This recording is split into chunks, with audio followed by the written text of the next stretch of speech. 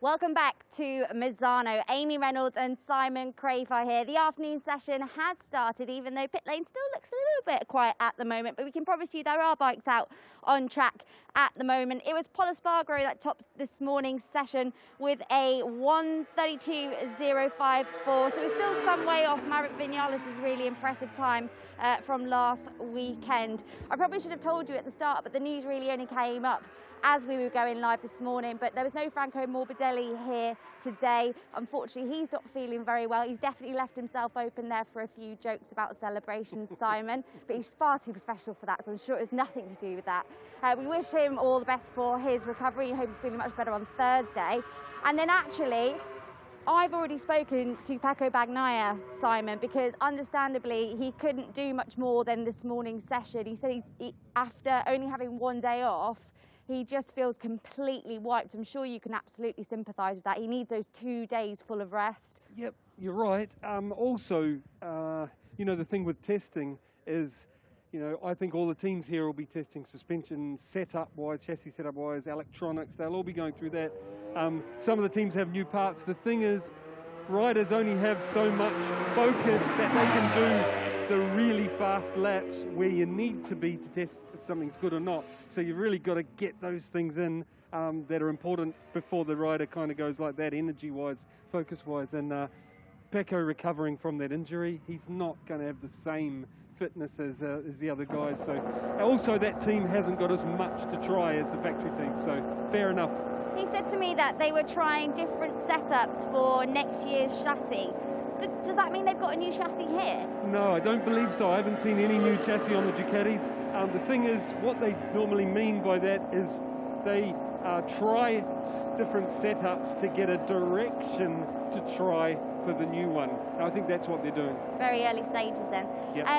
Also, I've heard that you've been spotting a few new exhausts in the pit lane. Yep, I think a few people would have seen that on social media and news, and that Valentino's exhaust especially, completely different. Actually, it matches his helmet in more than one way.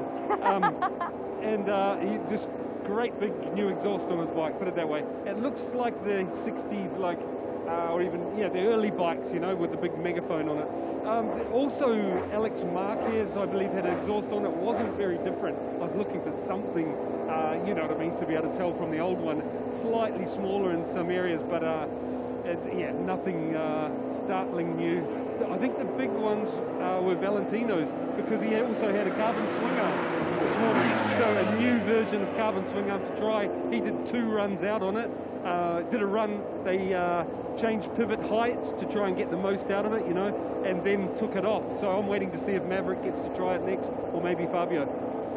What advantages are there to gain from playing around with your exhaust design, Simon? I mean, there's a few. I mean, it could be as simple as the throttle feel, like delivery, but often it's trying to find a bit of an advantage somewhere in the power range. You know, the cross-plane crank of Yamaha is quite famous for having massive torque and a little bit of lack of top end. So I imagine that's the way what they're trying to find, a bit of top end. And going back to talking about swing arms, I'm sure you said to me this morning that you thought you'd spotted a new one in Suzuki's as well. Yes, yeah, there was a new one. Both Joan Mir and his teammate Alex Rins had a slightly different version of swing arm on one bike each, and it was pretty hard to spot, but it clearly, it was wider when you look at the, it doesn't mean it's stronger, it could be thinner, you know. Obviously, with swing arms, in general, they're trying to find grip, whether it's in what area, you know, often it's on the edge by getting a bit of flex. But the thing that KTM made a leap forward with their carbon fiber swing arm was tyre life. So they're always trying to find grip, tyre life with these different swing arms. By the way, the Suzuki one was still aluminium. So on top of the couple of things we said there were a couple of crashes today. One was for Taka Nakagami. There was one for the Tech 3 bikes, but I don't know who it was. They got the bike back before I even saw it. It must have come in the back of the garage, so I didn't spot who it was either. And talking about a really quick response, as Simon and I finished talking earlier on this morning, we saw Brad Binder had kind of parked up at the end of pit lane here, and then they managed to get the bike back pretty quick, because you said he was back out on that same bike. Well, no, he went out on another bike, but that bike, Yeah. they didn't have to do anything major to it. They rolled it out of the garage.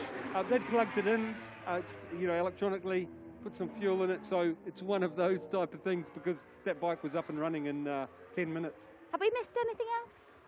I would say anything else. Like Tucker, we still haven't seen him on a new, like as in 220 bike. I thought they might have given him a run out on it.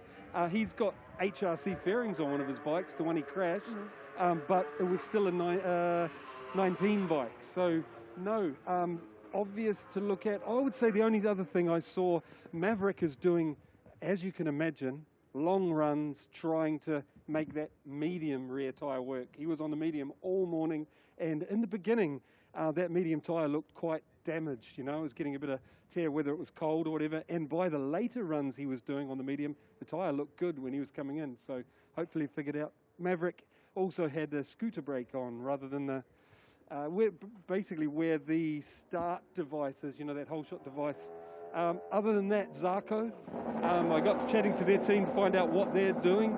He was trying a new fly-by-wire throttle assembly, and the main thing Zarko wanted to fix was, you know, at the end of the race he had that big drop-off, lost a few places, ran the soft tyre, which he thinks is the right thing. They're trying to figure out how to keep that soft tyre going and make that throttle smoother. Makes a lot of sense considering his race comments. Well, these guys will be back from 4:30 live, and then after the flag will be starting at 6:10 local time. But for myself and Simon, for now, it's goodbye.